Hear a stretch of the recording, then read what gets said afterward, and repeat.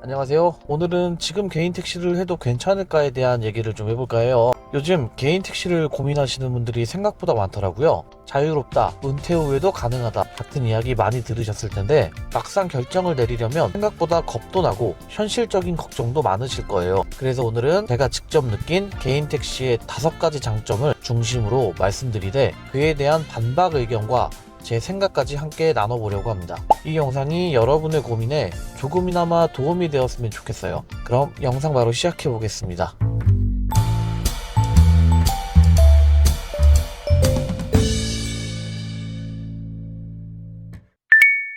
첫 번째 장점은 바로 근무 시간의 자유로움입니다. 직장 다닐 때 가장 힘든 것 중 하나가 출퇴근 시간에 얽매이는 거잖아요. 그런데 택시는 내가 원할 때 나가고 내가 원할 때 쉴 수 있어요. 저는 따로 쉬는 날을 정해놓지 않고 그냥 영업 중에도 약속 생기면 편하게 가고 술 마셔서 컨디션이 안 좋으면 그날은 좀 늦게 나가기도 해요. 정해진 틀이 없다는 게 얼마나 큰 자유인지 해보면서 느껴져요.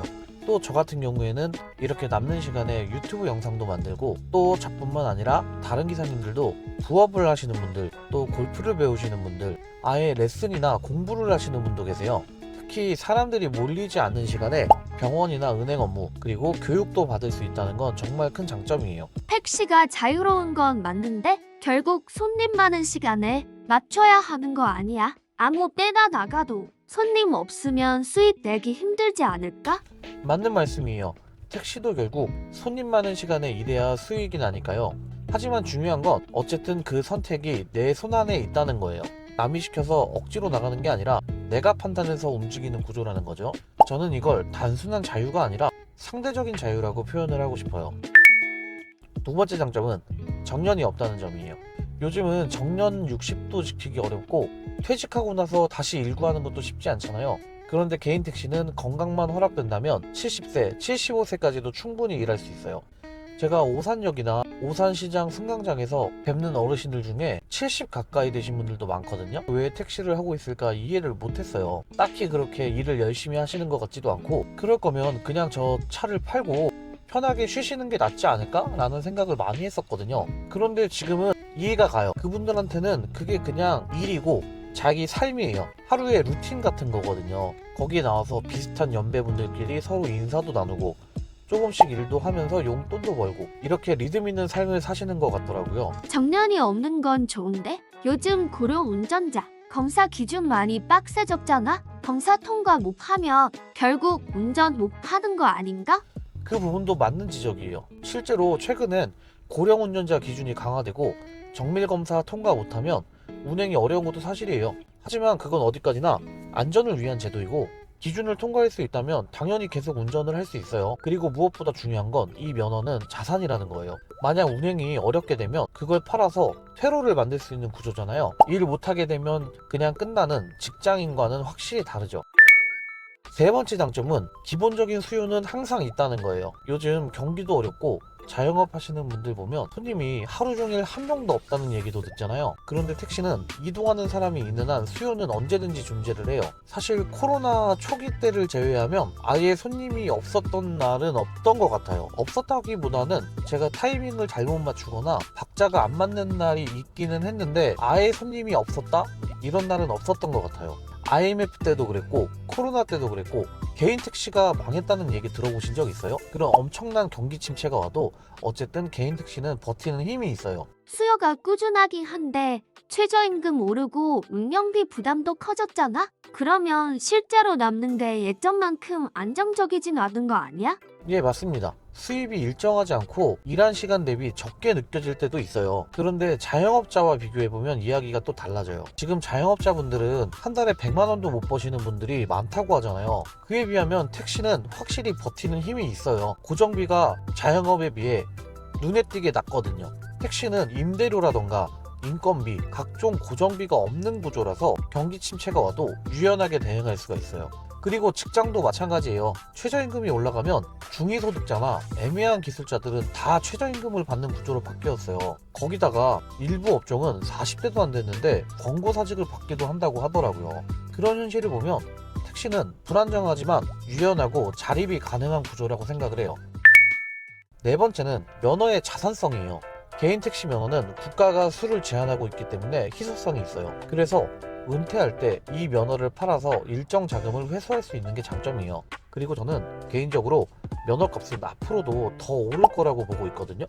왜 그런지는 나중에 따로 영상으로 다뤄보도록 할게요. 면허가 자산이라고는 하지만 자율주행차 얘기 계속 나오는 거 보면 좀 불안하지 않아? 몇 년 안에 시장 분위기 확 바뀔 수도 있는 거잖아?